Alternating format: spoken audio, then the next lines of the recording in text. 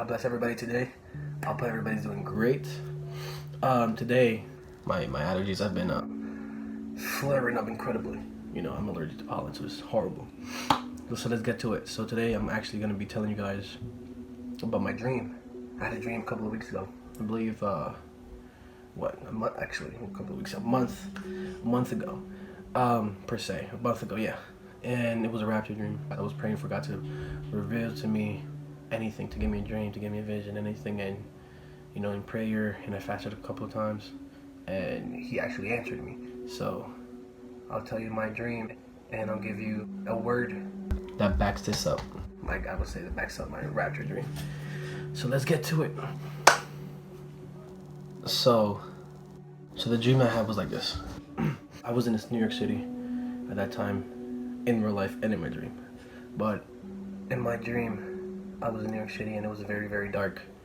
I'm talking about like 4 o'clock dark. I was in Manhattan, to be more exact. You know, in Manhattan, there was actually something called the Tri-Borough Bridge, and I was running away from something. I was scared. But scared because if I got caught, I thought in my dream that I was going to die. So I was running and running and running. And in my soul and in my heart and everything, I knew I couldn't stop. I was running, I was jumping over a lot of things. So running towards my middle school. So once I got inside the middle school, I saw a long line of many people. Talking like mostly teens from there, like maybe 18 and up, maybe a little bit younger, but for sure 18 and up. And the people, I'm talking about like a cluster, like the line went all the way down to the staircase, clustered up, and then it went all the way up to, I guess, the other floors.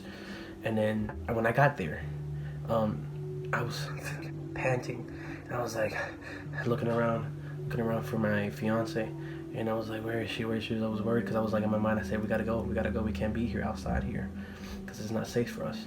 So I finally found her sister, and I told them, hey, we gotta go, God is coming, we gotta go, we gotta prepare, we can't be here anymore because it's not safe for us. And my fiance already knew this, so she was like, yeah, I know, we gotta go. But her sister, she didn't understand yet. So I was there trying to explain to her that we gotta go, we can't be here, God is coming. Outside is horrible. It's just not good for us. Then the dream turned into us being into this huge classroom. It was like probably like a college classroom, you would say, but it was still in the middle school. And all of us were sitting down, and like class was about to hit session, and I was like looking around. I'm like, why am I here? I can't be here. This is not where I'm supposed to be. This is not good.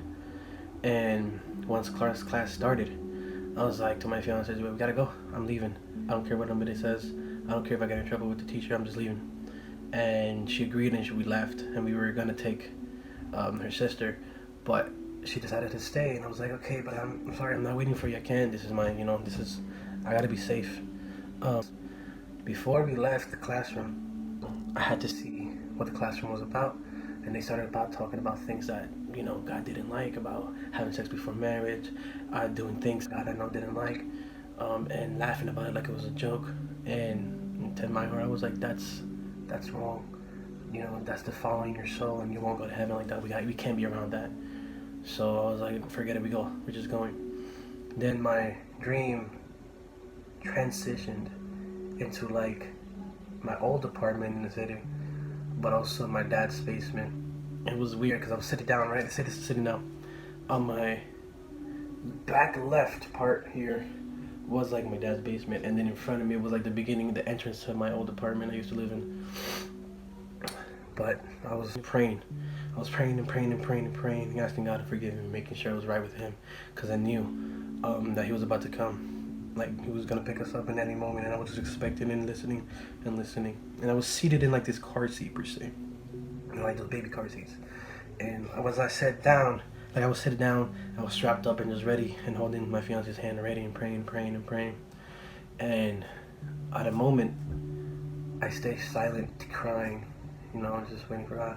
And then out of nowhere, this is like amazing. I heard like an angelic voice next to me, and like something else, and I think I even heard God say, come up, and boom, instantly I was transported up with my fiance up into the clouds, where, you know, with everybody else. And with that feeling, I felt that It was insane. It was like literally, you know how you go down in a roller coaster, like the first drop, and you feel that stomach like feeling, wow. Well, that's exactly what I felt. It was so fast, and everything around me was white and just so quick. And once I heard, like once I knew it was Jesus, I was like, oh my God. I was so happy. I was crying. I was like, we made it, we made it. And I was just crying and crying and crying, and I was so just happy. And I didn't worry about anything that happened on earth. Like I just remember feeling so much overjoyed that I made it already, and I made it, and I was just crying. And then my dream turned into like this, like I was like the third person. So I was here, right? And then and then it turned into like in front of me there was like I guess a Leonardo da Vinci, I think his name is, type of painting that's similar to it, just that type of style in front of me. And I saw the souls that made it, just happy and in line and saying hi to Jesus. And I was like, oh, so then I go back into myself and I run up to that painting, and like that which turned into reality around me. And I was like to Jesus, I was like, Jesus, we made it, I'm here. It was so hard. It was really, really hard. And I was just crying, and then of joy that I made it. But I was like, wow. And then he was like, I know, but you're here now. And he just smiled, and then I just walked, and I saw my stepmom, and she was like, you better be here.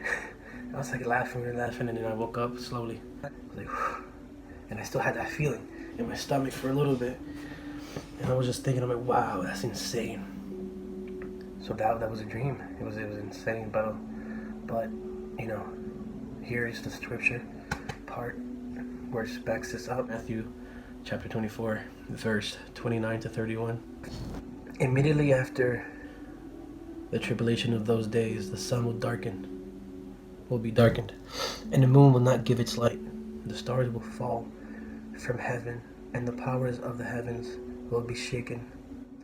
Then the sign of the Son of Man will appear in heaven, and then all the tribes of the earth will mourn, and they will see the Son of Man coming on the clouds of heaven with power and great glory. And he will send his angels with a great sound of a trumpet, and they will gather his elect from the four winds, from one end of the heavens to the other. Amen. And if you notice,